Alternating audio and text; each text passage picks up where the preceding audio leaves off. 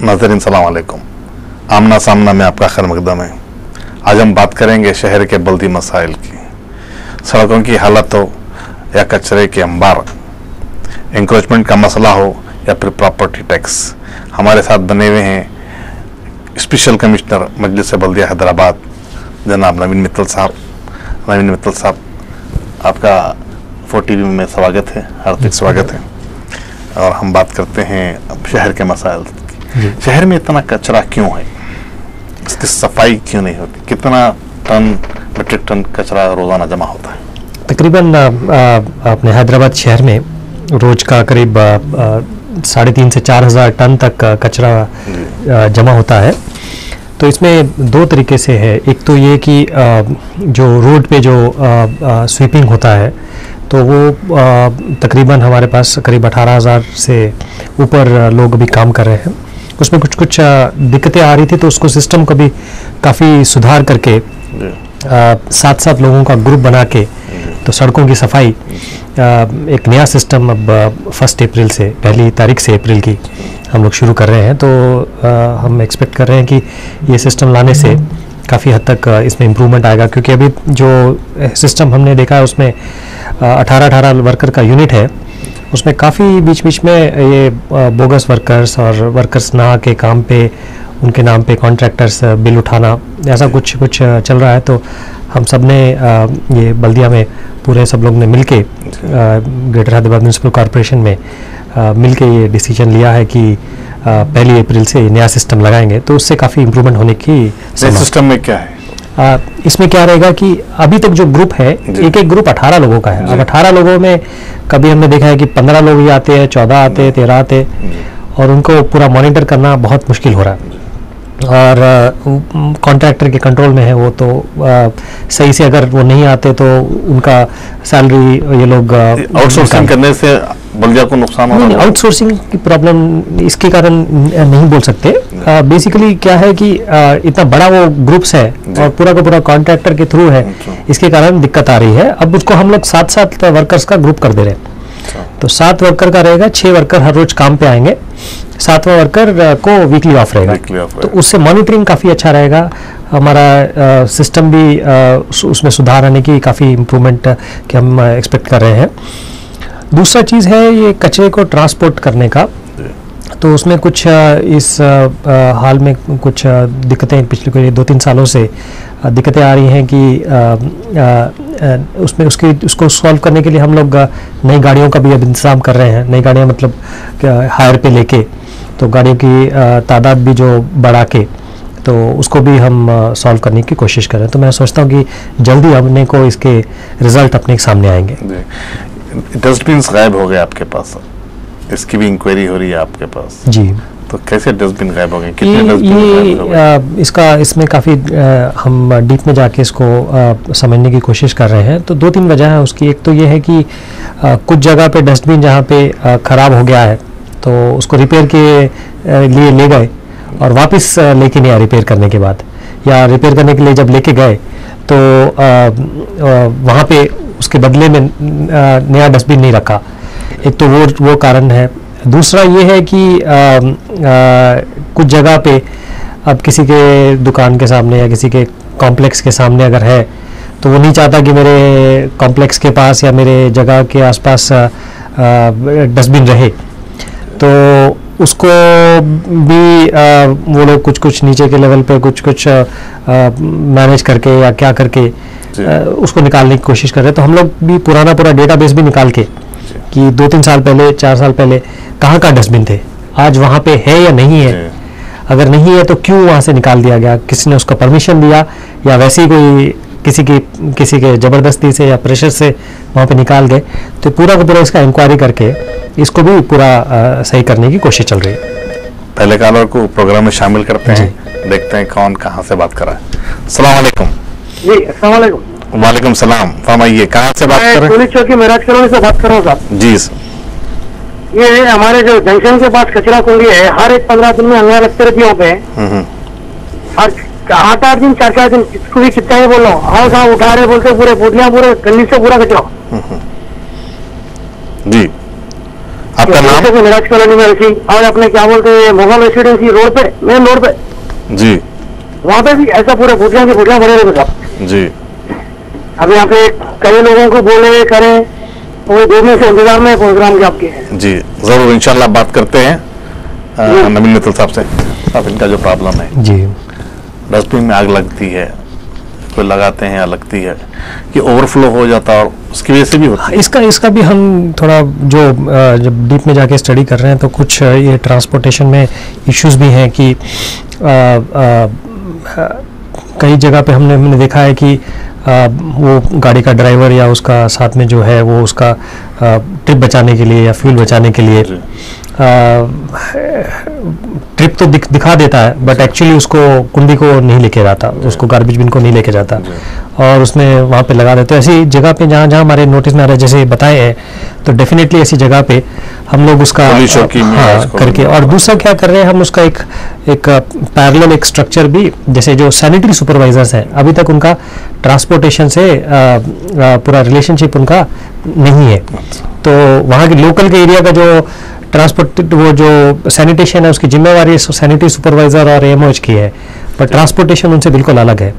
तो हम लोग सब लोग जीएचएमसी में मिलके ये एक डिसीजन ये है कि सुपरवाइजर वहाँ किस गार्बेज बिन को किस दिन लिफ्ट किया गया है, लिफ्ट किया गया है या नहीं किया गया, उसका रोज का रिपोर्ट दिया जाएगा, और वो रिपोर्ट गाड़ियों की रिपोर्ट से कि गाड़ी में कितने ट्रिप हुए, किस जगह से कितना गया, पूरा टैली करा जाएगा, ताकि दोनों का अकाउंटेबिलिटी रहे। अभी उसके सैनिटरी सुपरवाइजर को पूछ रहे हैं तो वो ये बोलता है कि गाड़ी मेरे कंट्रोल में नहीं है, गाड़ी वाले को करे तो उसका प्रॉपर मॉनिटरिंग सिस्टम नहीं है। तो ये दोनों इंडिपेंडेंट जो है इनको पूरा टैली करके कहाँ डिफरेंस आ रहा है ये हम करने का ऑलरेडी हम लोग ने ऑर्डर्स भी दे दिए हैं, तो मैं समझता हूँ कि आने वाले दिनों में इसमें काफ़ी इम्प्रूवमेंट आएगी।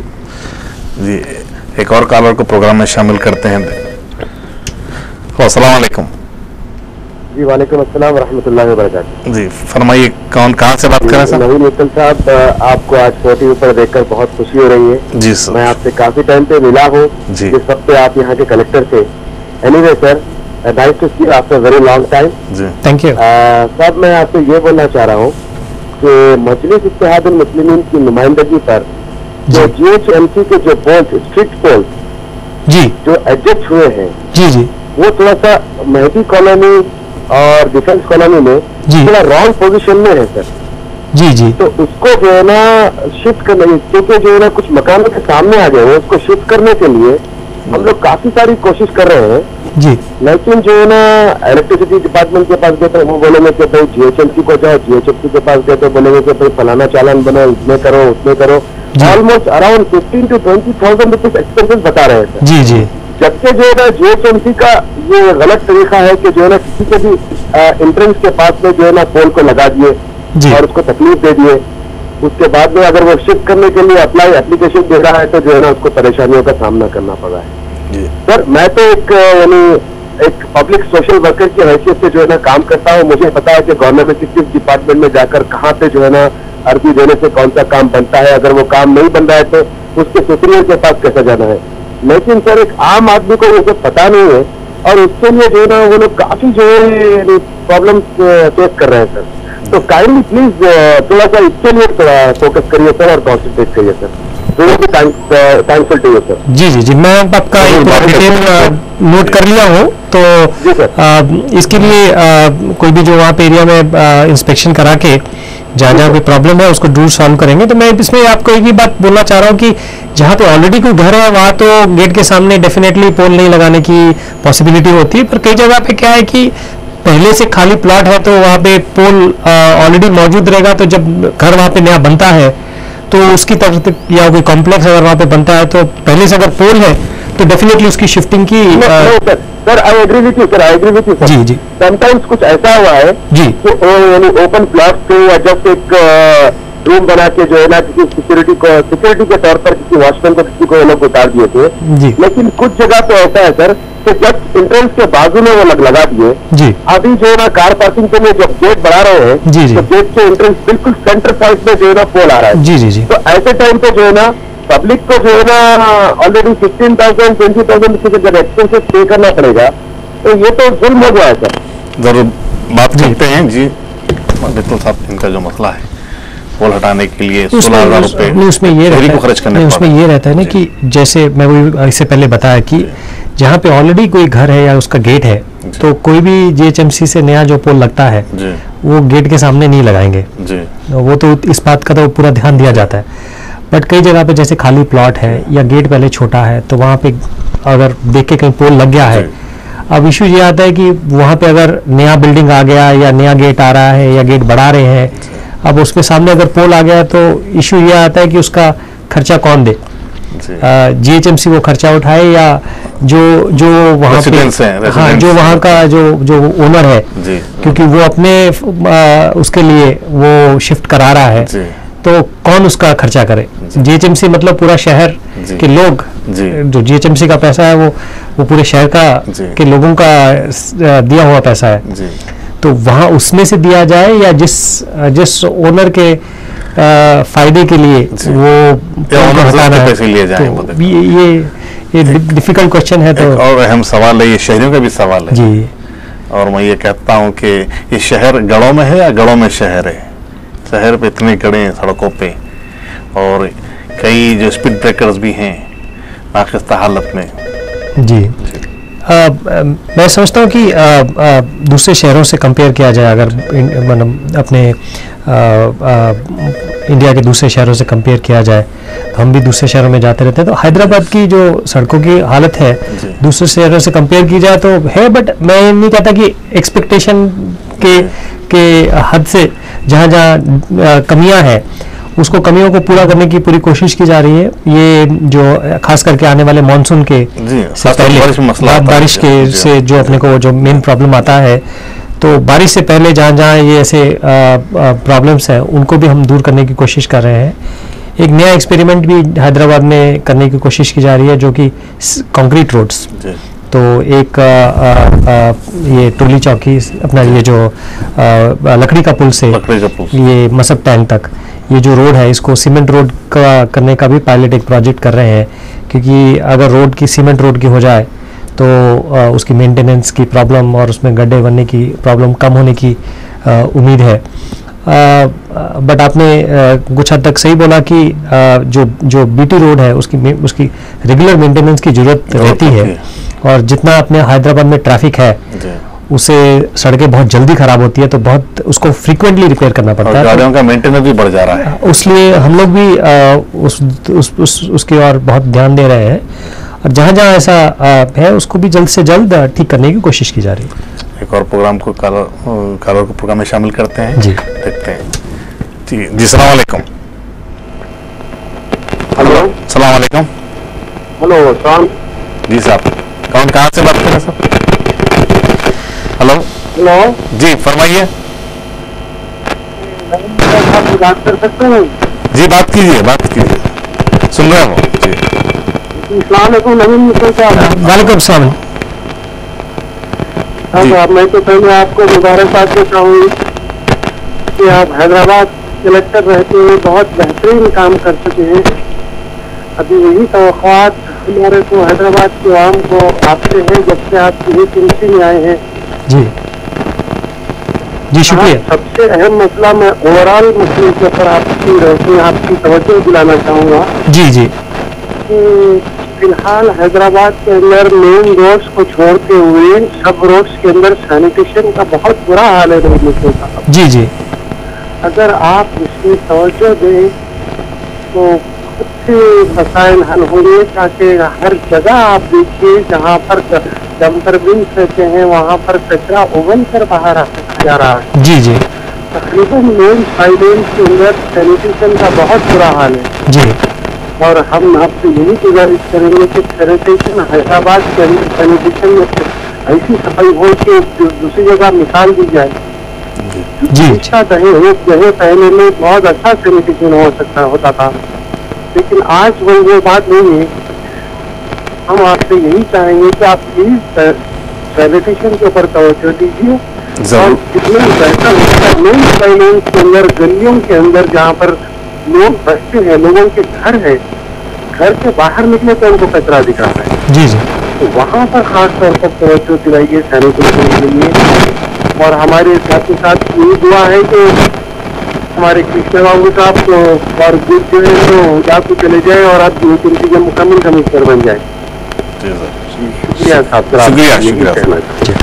ये जो मसला है ये का मसला है। जी जी जी, आपने जो आपने मशवरा दिया है तो मैं समझता हूँ कि इसके ऊपर हम बहुत जल्द अमल करने वाले हैं। खास करके ये मैं इससे पहले भी प्रोग्राम के शुरू में भी बोला कि कुछ जो बेसिक प्रॉब्लम्स की वजह से इस हाल के कुछ सालों में हैदराबाद का सैनिटेशन खराब हुआ है, ये हम भी फील कर रहे हैं। खास करके इसमें इशू क्या है कि ये वर्कर्स में ये एब्सेंटिज्म जो काम पे ना आके या सुबह एक बार आके हाजिरी लगा के वापस चले जाना, इस टाइप का काफ़ी ज़्यादा नज़र में आया है। हमने एक सर्कल में इंस्पेक्शन भी कराया था तो तकरीबन उस दिन 30-35% लोग एब्सेंट पाए गए थे। तो इसको सॉल्व करने के लिए हमने एक नया सिस्टम अभी हम एक 1 अप्रैल से इस शहर में लेके आ रहे हैं, जिसमें 7 वर्कर का एक यूनिट रहेगा। इससे पहले 18 वर्कर का यूनिट रहता था, तो 18 में 2-3 लोग अगर नहीं आ रहे, 2 लोग ऑफ हैं, उनका ड्यूटी ऑफ रहेगा, 2-3 लोग अगर नहीं आ रहे तो पकड़ में नहीं आता था। तो मैं समझता हूँ कि जब ये 7 लोगों का वर्कर का ग्रुप रहेगा तो उससे उनका हम काफ़ी अच्छे हद तक मॉनिटरिंग कर सकते हैं। सिस्टम भी सुधरने का उसमें हम लोग उम्मीद कर रहे हैं। दूसरी हद तक आपने बोला है कचरे कुंडियों में जो गार्बेज ओवरफ्लो करता है सड़क के आसपास दिखता है, तो उसमें भी 2-3 तरह की प्रॉब्लम्स हैं। एक तो थोड़ा हद तक जो ट्रांसपोर्टेशन का प्रॉब्लम है, जो मैं इससे पहले भी बोला हूँ कि ट्रांसपोर्टेशन में भी एक अकाउंटेबिलिटी कि किस बिन को कितने बजे उठाना है, उस टाइम पे उठाया गया कि नहीं उठाया गया, ये हम जो लोकल सैनिटरी सुपरवाइज़र से हम अब इंफॉर्मेशन मांगने का जो सिस्टम है वो शुरू कर रहे हैं। दूसरा देखने में क्या है कि जो घरों घरों से ये रिक्शा वाले जो कचरा लेके आते हैं कुंडी तक, ये लोग क्या करते हैं कि उनको जो काम की चीज़ें हैं, जो भी पॉलीथीन या कुछ भी और चीज़ें, वो निकाल लेते हैं, बाकी का कचरा जो है वो कुंडी में न डाल के बाहर डाल देते हैं। तो उसके लिए भी हम लोग ऐसे जो रिक्शा के जो चलाने वाले हैं उन सब का भी एक ट्रेनिंग प्रोग्राम हम लोग शुरू कर रहे हैं। ऑलरेडी कुछ जगह पे चालू भी हो गया है। तो उन लोग को प्रॉपर ट्रेनिंग देके कि आप जो घरों से लेके आते हैं कचरा अपने काम का निकाल लेते हैं, बाकी का आप रोड पे फेंक देते हैं, उसके ऐसा करने की बजाय आप उसको प्रॉपरली कुंडी में डालें। और कुछ जो गार्बेज बिन्स हैं, एक 10-12-15 बिन्स को देखभाल करने के लिए भी हम एक स्पेशल पर्सन ऐसा उसको भी लगाने का हम लोग कोशिश कर रहे हैं। इसके साथ साथ मैं शहर की आवाम से भी मैं अपील करता हूं कि खास करके जो घरों के बाहर जो कचरा दिखता है, तो अगर वो कचरा हम घर के बाहर या दुकान के बाहर डालने की बजाय हम उसको जो हमारे घर के आसपास जो रिक्शा आती है उसको दें या कुंडी में ही डालें, उसको बाहर ना डालें, तो मैं समझता हूँ कि हम सब लोग मिलके एक हैदराबाद को बहुत एक सुंदर और साफ शहर के तरीके में देख पाएंगे जल्द ही। जैसे आपने पहले बोला कि कुछ साल पहले हैदराबाद एक बहुत ही क्लीन सिटी माना जाता था, तो इंशाल्लाह मैं उम्मीद करता हूँ कि जल्द ही हैदराबाद फिर से एक बहुत ही क्लीन सिटी के रूप में हमारे सामने आएगा। एक और कॉल को शामिल करते हैं प्रोग्राम में, देखते हैं कौन कहाँ से बोला। अस्सलाम वालेकुम। वालेकुम सलाम। कौन कहाँ से बात कर रहे हैं साहब? इमरान बात कर रहा हूँ रियासत नगर से। हाँ इमरान साहब, कैसे हैं आप? अल्हम्दुलिल्लाह ठीक है जी साहब। जी, मेरे 2 सवाल है कमिश्नर साहब से। जी।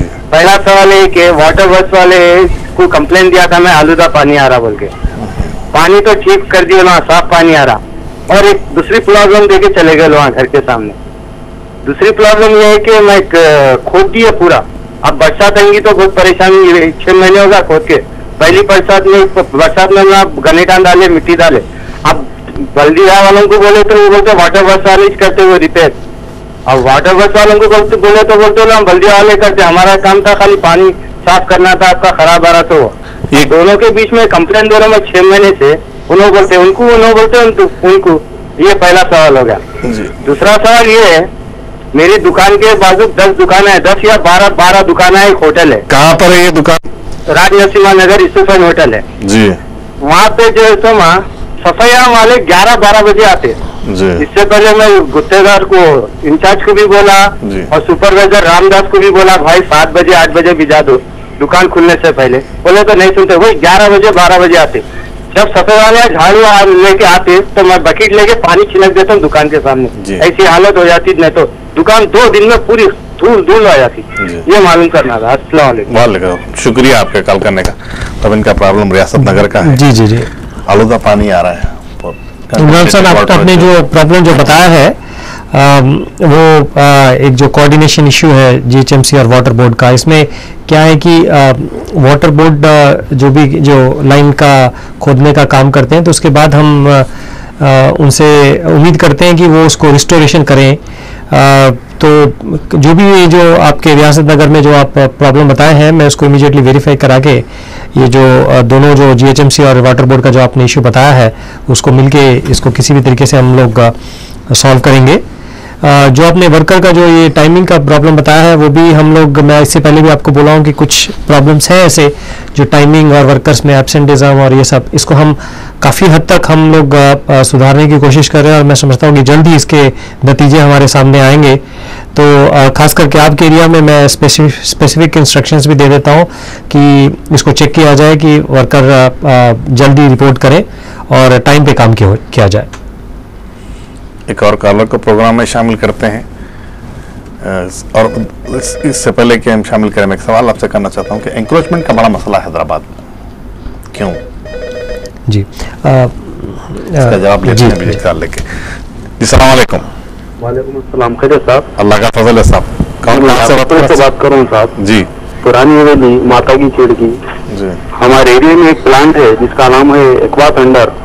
ये वाटर कंपनी है साहब जी, जो टोटली अनहाइजीनिक है जी। ये लोग जैसे पब्लिक के हेल्थ के साथ खेल रहे, न इनके पास कोई लेबोरेटरी है ना कुछ, वो जस्ट वो बेसिक फिल्टर कर रहे पानी को और पानी को बेच दे रहे साहब। तो मैं हमारे कमिश्नर साहब से रिक्वेस्ट कर रहा हूँ कि इसके ऊपर ध्यान दीजिए। अभी ये समर है, पब्लिक जैसे ज्यादा से ज्यादा पानी होकर रही, तो इनके पास कुछ नहीं है साहब। मैं रिक्वेस्ट कर रहा हूँ हमारे कमिश्नर साहब से कि इसके ऊपर ध्यान दीजिए साहब और कुछ स्टेप उठाइए इसके ऊपर। जरूर देखते हैं। ये अनलाइसेंस जो जी पुरानी हवेली के पास आप जो एक्वा थंडर का जो ये बता रहे हैं, इसको डेफिनेटली हम चेकिंग करवाएंगे और अगर उसमें कुछ भी अगर प्रॉब्लम समझ में आया तो सैनिटेशन जी, ये फूड सेफ्टी में भी हम बात कर रहे थे एंक्रोचमेंट की। जी, शहर में अब चलने के लिए जगह नहीं है, गाड़ियों के गुजरने के लिए जगह नहीं है, आप क्या करते हैं इसके लिए?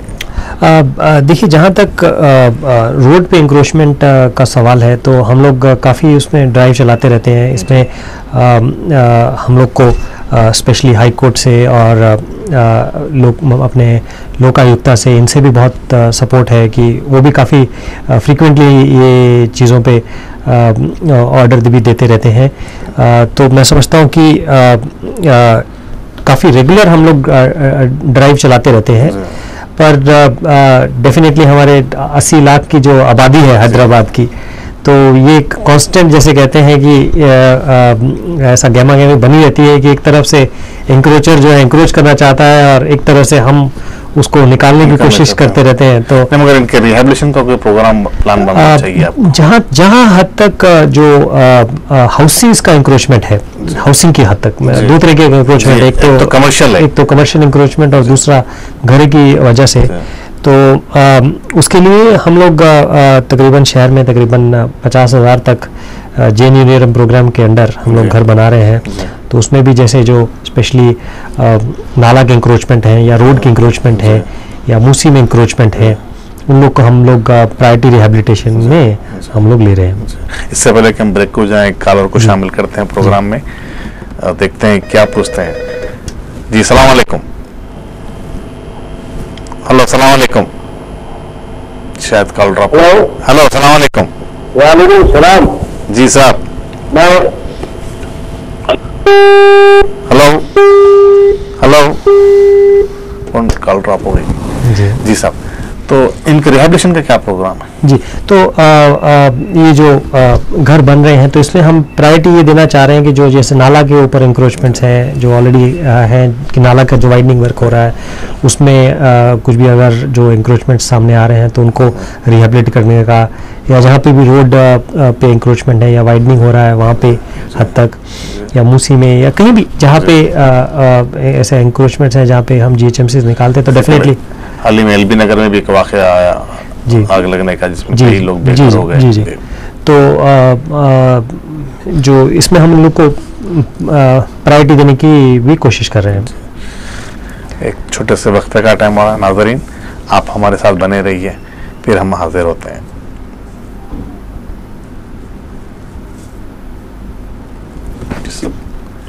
ये ले लेंगे।